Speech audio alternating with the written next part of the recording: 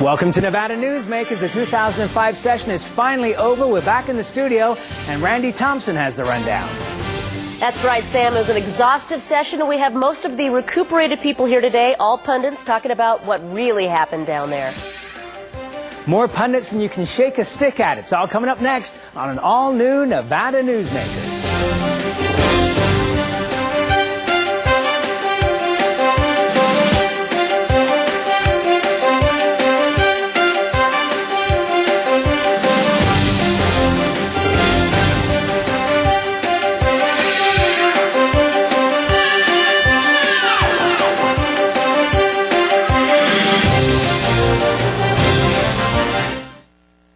Nevada Newsmakers, brought to you in part by the Tahoe-Reno Industrial Center, the world's largest industrial park, the resort at Red Hawk, and the Peppermill family of casinos.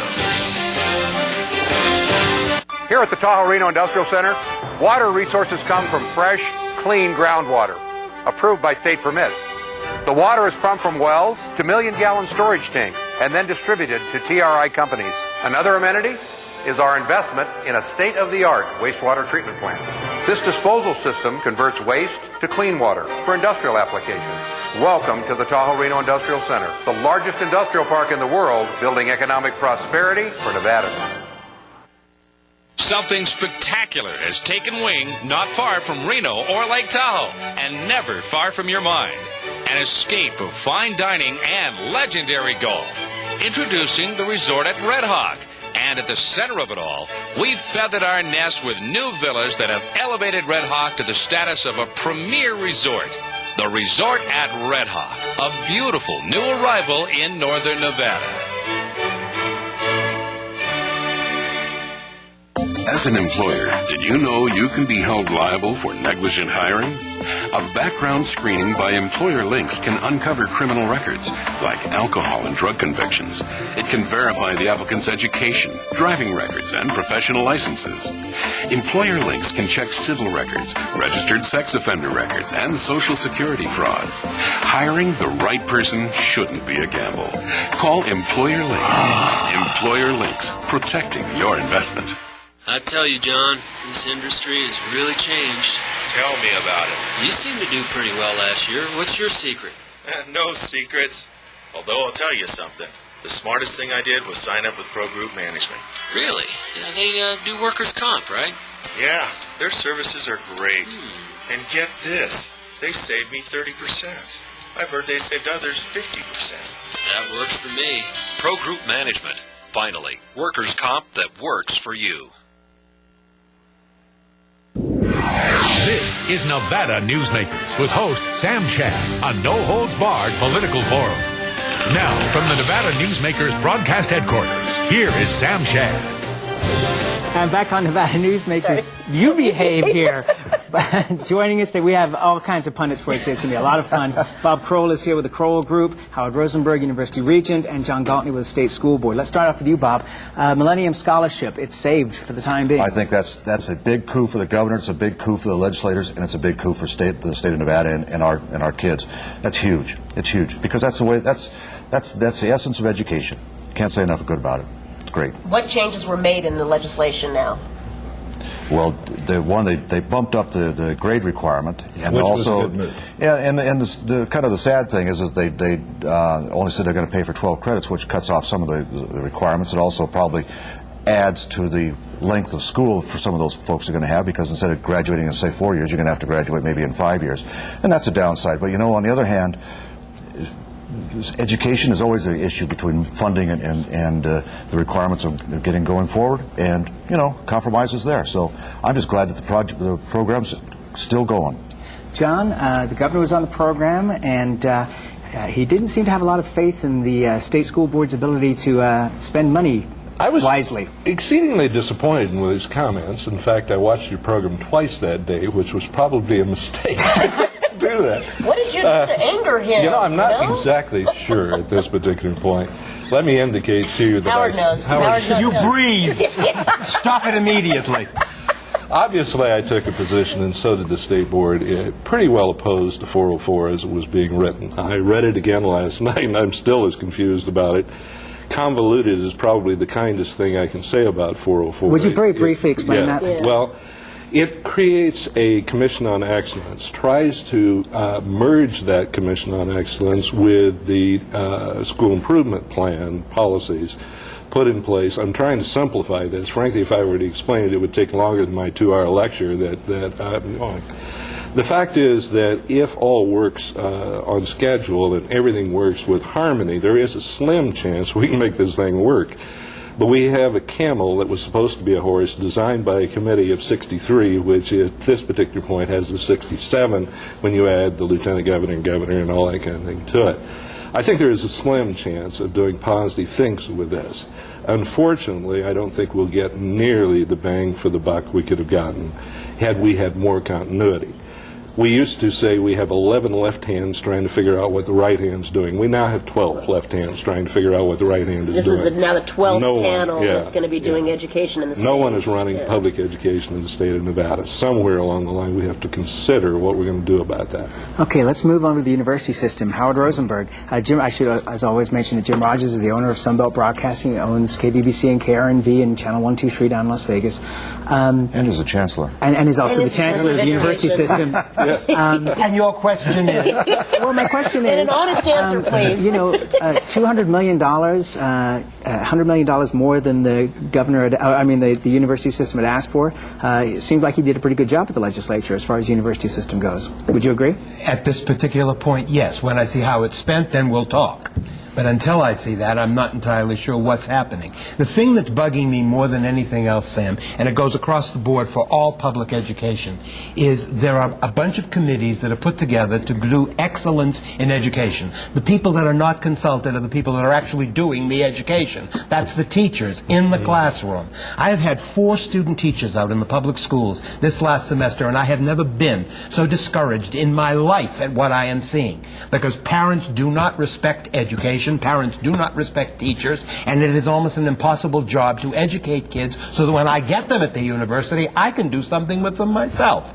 Now, that's not the chancellor's problem. That's not anybody else's problem. We've got to start dealing with education K through 16, all the way up, so that there is a seamless transition. And I'm not talking about just classes. I'm talking about respect for education, what it can do, and how it can improve the standing in this state. It needs to be attended to. Well, and all these little games that are being played in between are enough to drive you nuts. I think the move to go to K to 16 instead of K-12 and then the university system on the other side is a train wreck waiting to happen. And I think we ought to force the issue, say, hey, we're going to talk about it all K to 16, and that's the move. And I think we also got to start talking about the high side of what goes on in education. And I think Howard mentioned the right word, and that's respect. You know, sometimes public education takes a beating, but I think we have to look at the respect word and say, you know, folks, a lot of people are doing a lot of good things here, and it doesn't help to continually criticize and be derogatory towards education. Let's take a look at saying, well, what the good things we can do about it. And I think you're going to see a lot of people feel a lot better about themselves. You're going to feel parents feel a lot better about what's going on, and we'll be a lot better off as a state and a society. The thing for me is, if you have a toothache, you go to the dentist. If you have a car problem, you take it to a garage mechanic. But everyone is an expert in education. I'm sorry. Until you're in the classroom with 30 kids or 25 kids or 35 kids, you don't know what it is that is being faced in the public school system. It can work, but that working has to be supported by people at home. The most significant point Howard has made here is that by subdividing public education, we have left public education in the hands of LCB. Yep. Got it. The fact of the matter is the state board in this state is LCB. The expertise for our viewers that don't know, that's Legislative Council Bureau, the legislature. The expertise of LCB in public education could be put in your cup. So under those circumstances... It's a big cup, but it's not that. I think that's where we have to leave this. But here's the good news is, let's continue this discussion throughout the next few months here while the political season cools down and before we get into the election cycle. And let's discuss some of the points that you guys have raised here today, and we'll have you back to do it. Yeah, and work on some solutions. We'll be right back on Nevada Newsmakers with more pundits after this. For a videotape copy of any Nevada Newsmakers program, call 775-857-2244. The tapes are $20 each, including shipping. My family started this business 27 years ago. We work hard to serve our customers and our community. But it's getting harder and harder to keep the doors open. For example, our workers' comp is going through the roof. Isn't anyone on my side anymore? The Retail Association of Nevada is. If you're a small business owner, we can cut your workers' comp by up to 50%, lobby for your interests, and keep you informed. Put us to work today.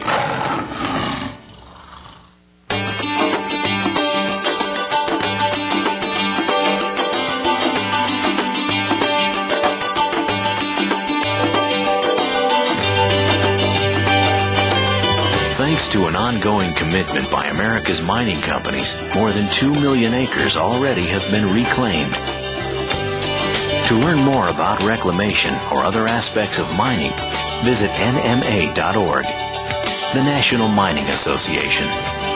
If it's fun, it's here at the Peppermill, the $100,000 video-themed slot celebration, with more winners each week, 100 random winners every Monday and Wednesday, and more cash prizes. $6,000 random drawings every Friday, plus chances to win up to $1,000 in free slot play on Mr. Money's Challenge. You'll have more fun with the Peppermill's video-themed slot celebration, now worth over $100,000. The slots that rock are at the Peppermill. Where are you winning? Your best value in sight is here for you to see. From frames to lenses to eye exams, you're covered A to Z. Davis Optical, your best value in sight. Davis Optical Centers, with 2 locations in Reno and Sparks. Davis Optical, your best value in sight. You are watching Nevada Newsmakers. And our next Power Pundit panel today, Marlene Lockard is here with Capital Strategies, Alfredo Alonso with Lionel, Sawyer and Collins, and Mary Lau, Executive Director with the Retail Association of Nevada, one of our proud sponsors. Welcome to all of you. Let's start out. Mary, was this a good session, bad session, or intermittent for business? I think it was a good session for business. A lot of the bills out there were bad for business, but I think the business community did quite well. I'm sorry the bank mess didn't get straightened out, but for business as a whole, it turned out a lot better than it could have. The atmosphere looked pretty rough, and then we had a lot of bills out there that were sort of anger management type of bills, and it sort of went away. What happened? Did the banks get any kind of relief, even in the rurals, for that $7,000 per franchise fee? Yeah, they got kind of a little piecemeal hand-me-down thing. I think they got $500,000, or was it $550,000, which would take care of a single branch in all of the rurals. And I don't know that there was a piece in there that included the payroll tax or not. I'm not sure. How did the hospitals end up? Hospitals end up a lot better than they could. That was a war zone completely. So I think the hospitals fared quite well, and as this program said several times, you know, every single time it's another segment of the business industry, so we'll see who's on the spit next time. Yeah, we heard that the hospital bill had been pulled out and then new language put in and brought to the floor rather clandestinely on, I think it was Friday night or Saturday night. So there was a lot of clandestine tries, but that didn't work this time. That had no chance of passing. And when not only did they have a good session, business had a great session. The payroll tax got rolled back. The bank bill that happened, or the hospital bill, is no harm at all to the hospitals. But the payroll tax is only 2 years, though, right? But the payroll tax was rolled back. Okay. There was quite a bit of relief in a number of areas for businesses. Money put into economic development in areas. Business had a very good session. Alfredo, let's talk about gaming. There were 2 major neighborhood gaming bills, one in the north, one in the south. Tell us what the final results were. Well, the final result was that the gaming bill that came out at the beginning of the session, which essentially closed the loophole within it wasn't necessarily a neighborhood gaming bill. What it was it allowed you to move a gaming license after a condemnation. So that condemnation loophole was closed, and then that was after it got out of the first house when the neighborhood gaming issues from Southern Nevada were added on. Those ended up, there wasn't a consensus, and ultimately 574 contained the original bill. And that was a huge battle between the culinary union and Boyd Gaming Yes, it was, and ultimately there wasn't consensus on that portion of it, so the bill died. Well, Marlene, you had said earlier today that there are definitely losers in this battle, and we talked about who won and who lost, but you had a comment that there definitely was a group of losers in this legislature, and who is that? Thank you, Randy. I wasn't going to say that on air. Okay, well, I put you on the spot, hon. I appreciate that. Well, I think any way you look at it, the Assembly Democrats were losers in this session. They had a great majority in the Assembly. You look at their main issues, all-day kindergarten, the governor won, rebate, the governor won, the Millennium Scholarship caused a special session over it. An hour later, the governor won. Lottery dead, minimum wage dead. Those go to a vote of the folks, but what they were advocating died.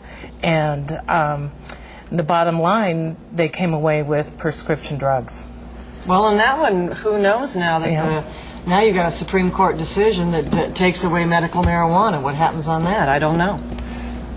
I don't know if those are necessarily that the Assembly Democrats necessarily lost on that. All of those bills, there were compromises. Full-day kindergarten, Perkins wanted at-risk schools. He got it. That's exactly what the governor proposed in his State of the State. Yeah. Okay. And so if you look, they drew the line in the sand several times this session, and several times they receded to the governor's position. And look, I'm a good Democrat, but reality is reality. It is what it is. They lost all of those major battles. Okay, Mary, how much of an influence was the governor's race in '06? The governor's race in '06 has been, it was I don't know if it was an influence. I think it was a stumbling block, and it was something that we had to keep getting around to so that we could get back to policy and get back to good decisions and stuff. And it created a problem. I don't think it was an influence. I'm probably going to cause a real problem for myself here, but Perkins has not been strong in the Assembly or leading the Assembly, and Buckley has had to shore that up all the time. So he sort of walked away from that, still trying to do the governor's race, and Alfredo hasn't hit me yet for making that comment. But it was a stumbling block, not an influence. Well, and if you're saying that the Assembly Democrats were the losers in this, was Perkins too focused on his Freudian slip, governor's race versus what was actually happening this session? I have no idea, but he absolutely disappeared the last 3 weeks of the session. See, I disagree. He was not in one leadership negotiating meeting, Alfredo. He was not.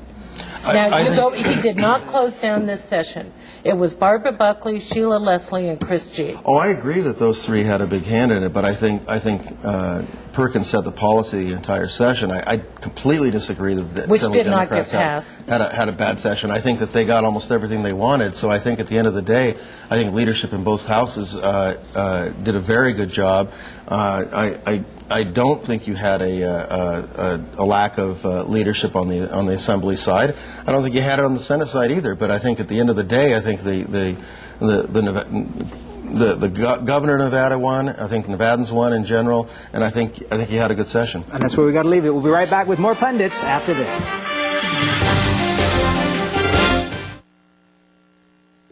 This is Nevada Newsmakers.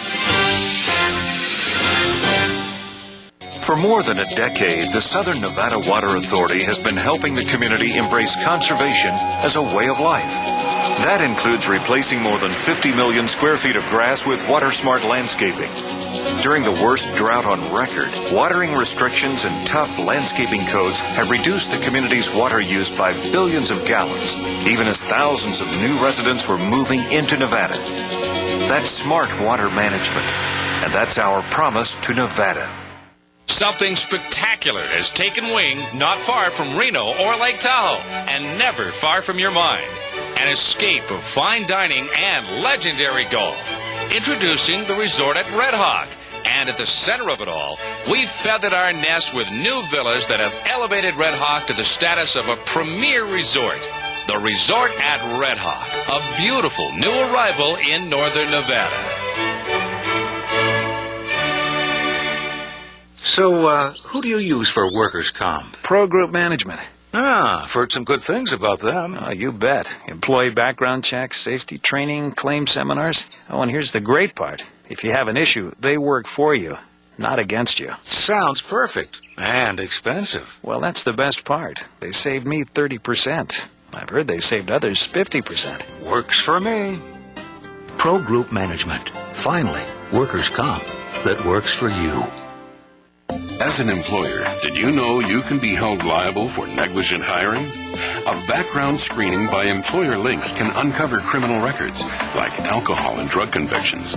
It can verify the applicant's education, driving records, and professional licenses. Employer Links can check civil records, registered sex offender records, and Social Security fraud. Hiring the right person shouldn't be a gamble. Call Employer Links. Employer Links, protecting your investment. You are watching Nevada Newsmakers. And our third pundit panel of the day today, Michael Hackett is here with Alrus Consulting, Jason Geddes, former assemblyman, and Fred's son Mike Willoughby is here, the governor's chief of staff. All right, I'm going to start with Mike. All right. I could ask, what did the State Board of Education do to upset the government, but I won't go there. Marlene Lockard just said the governor won in all of these major battles against Assembly Democrats. So are you glad for that? Are you taking the victory lap or what? Yeah, we feel very good about the governor's agenda. We thought it was a good agenda going in. Anytime you set up an argument and it's about how do you best spend $100 million fixing failing schools, and that's what we argue over, but it's still $100 million, you're committed to doing that, that's okay, we'll take that. I think those are arguments about very good, meaningful things. I think the governor laid out a good agenda. He did a great job. Got a great staff that works with us. We had a great session. I can't How deny irritated that. was he at 1 o'clock in the morning, Tuesday morning, when he had to call the special session? Not really. He's a great guy to work for. We sat down with leadership and said, look, let's stay here. Let's get it done. Don't give everybody a chance to go home and get some sleep and reload. Let's get this over with. Let's make them suffer. It's one news cycle. Let's get it done. They were committed. It was a fairly short list of stuff. We got things moving. Their staff did a great job over at LCB. They were tired. They were tired as we all were. We got it done. I think it was the right thing to do. It wasn't about irritation. He had a great comment yesterday. You set off on that kind of a journey. Yeah, you missed by a little bit at the end. It wasn't a complete disaster. Well, I'm curious, were you surprised at all, former assemblyman who went through 2 special sessions, were you surprised at all that they went over? I was surprised, yeah. Really? I woke up actually a little after 1, went down and checked my computer thinking it would all be done to check on a bill that I was interested in, and saw that they were still going, and I thought, oh, Lord. I thought they would be able to wrap it up, and it just seemed to be a little clash at the end that pushed it over. But they did do it rather quickly and got it done and got home. Now, what were some of the business issues this time that really kind of separated the legislature? I know, obviously, the rectifier bill that you worked on, the liquor. How did that come out? I mean, is it defining liquor distribution, or? What it did add some clarification to the 3-tier system as it is currently constructed. Basically, what that did for a client of ours that we were representing in that issue, they do business in California as a rectifier. They were looking to move their operations here to Story County. In California, they operate in a Tier 2 category.